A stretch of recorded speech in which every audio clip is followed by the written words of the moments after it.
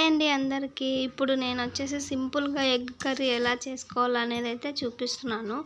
ముందుగా ఒక 3 ఎగ్స్ తీసుకొని వాటర్లో పెట్టి కడాయి పెట్టుకొని దాంట్లో కొద్దిగా సాల్ట్ వేసుకొని మూత పెట్టి ఉడికించుకోవాలి. ఒక 15 మినిట్స్ 30 మినిట్స్ అట్లా. దాటికి టమోటాస్ ఆనియన్స్ తీసుకొని చిన్నగా తరుక్కొని పెట్టుకోవాలి. ఇప్పుడు కూల్ వాటర్ తీసుకొని పెట్టుకొని ఎగ్స్ ఉడికావో లేదో చూసుకొని ఉడికిన ఎగ్స్ని ఆ కూల్ వాటర్లోకి అయితే వేసుకోవాలి. ఇప్పుడు స్టవ్ మీద కడాయి పెట్టి అది హీట్ ఎక్కిన తర్వాత ఆయిల్ పోసుకొని ఆయిల్ హీట్ ఎక్కిన తర్వాత ఆనియన్స్ వేసి కరివేపాకు వేసి కొద్దిసేపు ఫ్రై చేసుకోవాలి. మంచిగా ఫ్రై అయ్యి గోల్డెన్ బ్రౌన్ కలర్ లాగా ఫ్రై అయ్యే వరకు ఫ్రై చేసుకోవాలి. ఇలా ఫ్రై అయ్యేటప్పుడు కొద్దిగా సాల్ట్ వేసి ఫ్రై చేసుకున్నామంటే తొందరగా ఫ్రై అవుతాయి అన్నమాట ఆనియన్స్. ఈ టిప్ గుర్తుపెట్టుకోండి, ఎప్పుడైనా ఆనియన్స్ ఫ్రై చేసేటప్పుడు సాల్ట్ వేసినామంటే తొందరగా ఫ్రై అవుతాం. ఇలా బాగా మంచిగా ఫ్రై చేసుకొని ఫ్రై అయిన తర్వాత దీంట్లోకి అల్లం వెల్లుల్లి పేస్ట్ వేసుకొని ఆ పచ్చి వాసన అనేది పోయేంత వరకు ఫ్రై చేసుకోవాలి. ఇలా కొద్దిగా బాగా ఫ్రై చేసుకొని ఇదంతా ఫ్రై అయిన తర్వాత దీంట్లోకి కొద్దిగా అంతా పసుపు అనేది వేసుకోవాలి. పసుపు వేసుకొని ఇప్పుడు అది కూడా మంచిగా కలిసేటట్టు కలుపుకోవాలి. అలా కలుపుకోవాలి మొత్తం కలిసేటట్టు. అలా కలుపుకున్న తర్వాత కట్ చేసి పెట్టుకున్న టమాటా ముక్కలు వేసుకొని బాగా ఒకసారి కలిపి మూత పెట్టి మగ్గించుకోవాలి.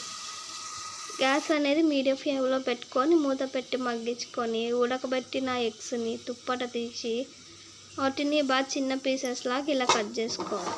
ఇప్పుడు టమాటాలు మగ్గాయో లేదో అనేది ఒకసారి తీసి చూసుకొని ఒకసారి బాగా కలపాలి.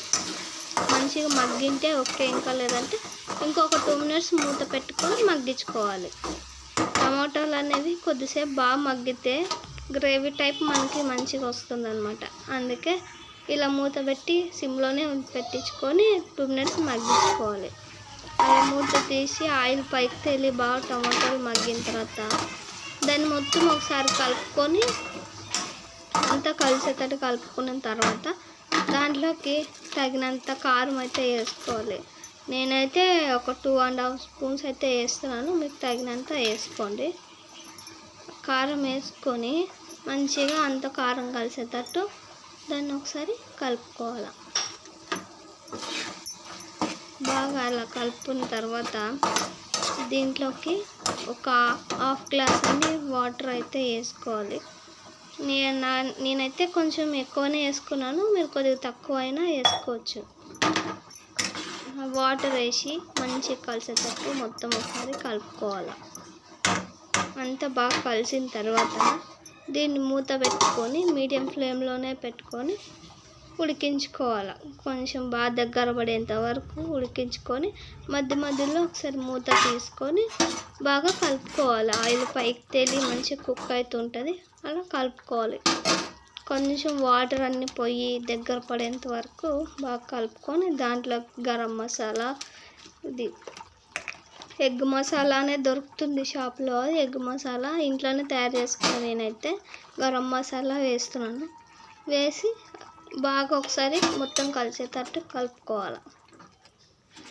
ఇలా ఒకసారి బాగా కలిపిన తర్వాత కొద్దిసేపు ఉడికించుకొని దాంట్లోకి మనం ముందుగా కట్ చేసి పెట్టుకున్న ఎగ్ ముక్కలు అయితే దాంట్లోకి పెట్టుకోవాలి. బోర్లించి పెట్టుకుంటే లోపల మంచిగా కుక్ అవుతుంది అన్నమాట. మసాలా అంతా బాగా పడుతుంది దానికి. అలా వేసి పైన అలా కలిపి మొత్తం మునిగేలా లోపలికి అనుకొని మూత పెట్టుకొని కొద్దిసేపు ఉడికించుకోవాలి. మూత పెట్టి ఉడికించుకోవాలి. మంట అనేది సిమ్లోనే పెట్టుకొని ప్రాసెస్ చేయాలి. మరి హై ఫ్లేమ్ పెట్టినామంటే తొందరగా మాడిపోతుంది. అలా మూత తీసి ఆయిల్ పైకి తేలి మంచిగా కుక్ అవుతుంది ఎగ్ కర్రీ అనేది. మంచిగా ఒకసారి కలుపుకొని దాన్ని దగ్గరకు అయ్యంటే ఓకే, లేదంటే ఇంకా కొద్దిసేపు మూత పెట్టి దగ్గరకు అయ్యే వరకు ఉడికించుకోవాలి. నాకు కొంచెం వాటర్ ఎక్కువ ఉన్నాయని హై ఫ్లేమ్ పెట్టి వాటర్ పోయేలాగా ఫ్రై చేసుకున్నాను. దాంట్లోకి లాస్ట్లో తగినంత సాల్ట్ అనేది వేసుకొని ఒకసారి మంచిగా కలుపుకోవాలి, అంతా కలిసేటట్టు.